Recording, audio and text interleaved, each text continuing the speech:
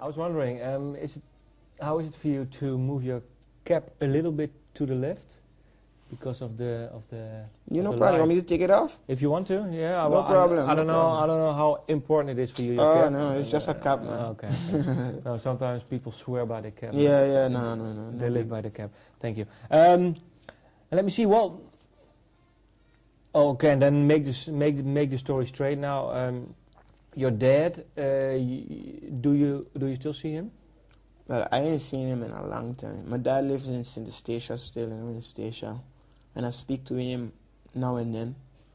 But not too much. I ain't seen him in a long time. I ain't been back to station now for like 4.5 to 5 years. The last time I went was for the funeral of my grandmother, she passed away. And your grandfather still is there? Yeah, he still is there. Okay. Yeah. And well, I was wondering, why did your grandma call you Ziggy? To this day, I have no idea. So, but what is then your real name? My real name is Ricardo Blijden. Ricardo, heet ik. Yeah. But I don't know. For some reason, my grandmother started to call me that. Everybody in station, took it over. And I was just Ziggy. People don't even know my real name. In station, they just think my name is Ziggy. Okay, so you don't know? I have no idea. And I think you will never find out now anymore. I will. Probably not. No. Okay. Well, I heard you. Well, when did you start with music? Was it because you made your first rap or your first lines while living in Rotterdam? But when did you actually start being interested in music? Do you still recall? Or? Well, I was always interested in music. From small, I was a musical guy. I had tons of CDs. And you sang in a choir? I sang in a choir in station because my grandmother and my grandfather was real strict religious, So I was in church at least 3 or 4 times a week. I was in the Pathfinders, in the choir, you name it. I was doing it, you know what I mean? So that gave me like at least a basis, choir music, you know what I mean? Because I could sing a little bit in the choir. But after I moved to Aruba, my mom, of course, wasn't no Seventh-day Adventist, so the choir and everything just stopped then. So I used to, of course, listen to music and things, but I never really used to be active or try to write anything. So what music did you listen to then?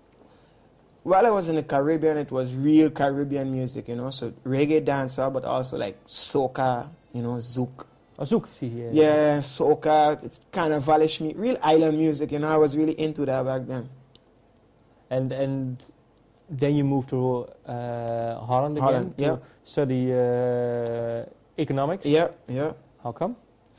You wanted to be a rich man? No, actually, to be real honest, I was 18, I finished the HAVO, and I was in Aruba. So I had options. I could or stay in Aruba and do VWO, or come to Holland and do HBO.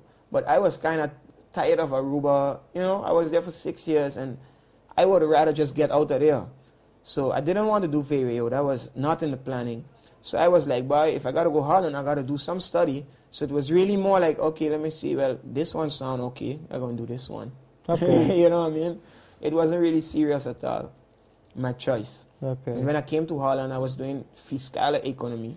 I think in Amsterdam at first, yes? In Amsterdam, yeah. At the HES.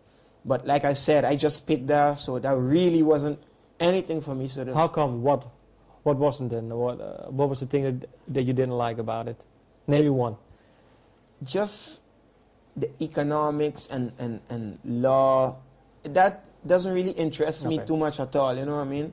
And besides that, I was living in the Caribbean on a little island like this. And now all of a sudden, I was in Amsterdam going to the HES, and the HES was right there by the lights are playing.